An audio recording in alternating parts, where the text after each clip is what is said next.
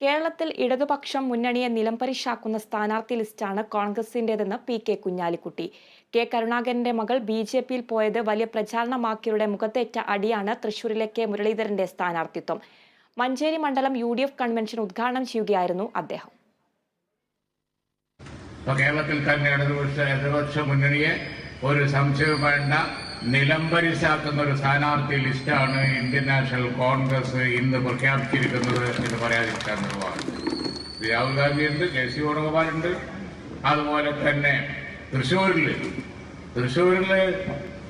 കോൺഗ്രസിന്റെ ഇന്നലത്തെ leader Shri K. കരുണാകരന്റെ മകള് പോയി എന്നും പറഞ്ഞ് വലിയ പ്രചാരം കൊടുക്കുന്നത് ഇടതുപക്ഷ മുന്നണിക്കാരാണ്.